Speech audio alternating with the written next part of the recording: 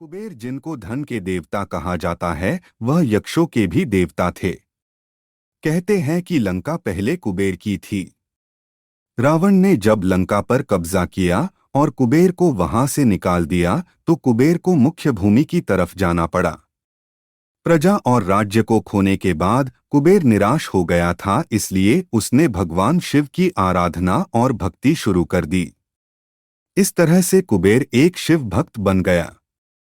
कुबेर ने बहुत कड़ी तपस्या की और भगवान शिव को प्रसन्न किया। भगवान शिव ने उसकी तपस्या से प्रसन्न होकर उसे एक नया राज्य दिया और संसार का सारा धन उसको दे दिया।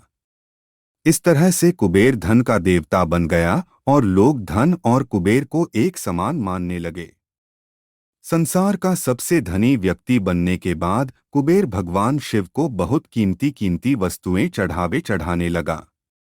धीरे धीरे उसे लगने लगा कि वह शिव का इतना महान भक्त है और वह इतनी सारी बहुमूल्य वस्तुएं भगवान शिव को चढ़ाता है। लेकिन सत्य तो यह था कि भगवान शिव ने कभी भी उसकी चढ़ाई विभूति के अलावा किसी और वस्तु को छुआ तक नहीं था। कुबेर जो यह मानने लगा था कि वह अब भगवान के लिए कुछ भी कर सकता है और उन्हें जो चाहिए वह दिलवा सकता है। कुबेर एक बार भगवान शिव के यहाँ पहुंचा और उनसे कहा, मैं आपके लिए कुछ करना चाहता हूँ। आप मुझे बताइए मैं आपके लिए क्या कर सकता हूँ। भगवान शिव ने कहा, तुम मेरे लिए कुछ नहीं कर सकते क्योंकि कुछ करने के लिए मेरी कोई आवश्यकता है ही नहीं। लेकिन कुबेर शिवजी से बहुत आग्रह करने लगा कि वह उनके लिए कुछ करना चाहता है। दरअसल यह कुबेर का अहंकार बोल रहा था। भगवान शिव ने अपने भक्त को सही मार्ग पर लाने के लिए एक लीला रची। शिव जी ने कहा, देखो कुबेर, मुझे तो कुछ भी नहीं चाहिए। अगर तुम करना ही चाहते हो तो वह जो बालक है, भगवान शिव ने गणेश जी की तरफ उंगली दिखाते हुए कहा, वह हमेशा भूखा रहता है। उसे एक दिन अच्छे से पेट भरकर खाना खिला दो, बस इतना मेरे लिए काफी होगा। कुबेर ने मन ही मन सोचा कि भगवान ने मुझसे मांगा भी तो क्या एक बच्चे को खाना खिलाने का। बस यह सोचकर कुबेर गणेश जी को अपने साथ भोजन कराने के लिए ले गया। शुरू में कुबेर ने अपने कुछ रसोइयों द्वारा खाना बनाकर गणेश जी को स्वादिष्ट आना पिरोसा।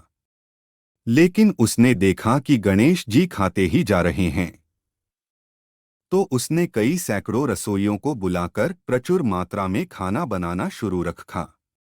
एक तरफ खाना बनता जा रहा था और एक तरफ गणेश जी उसे खाते जा रहे थे।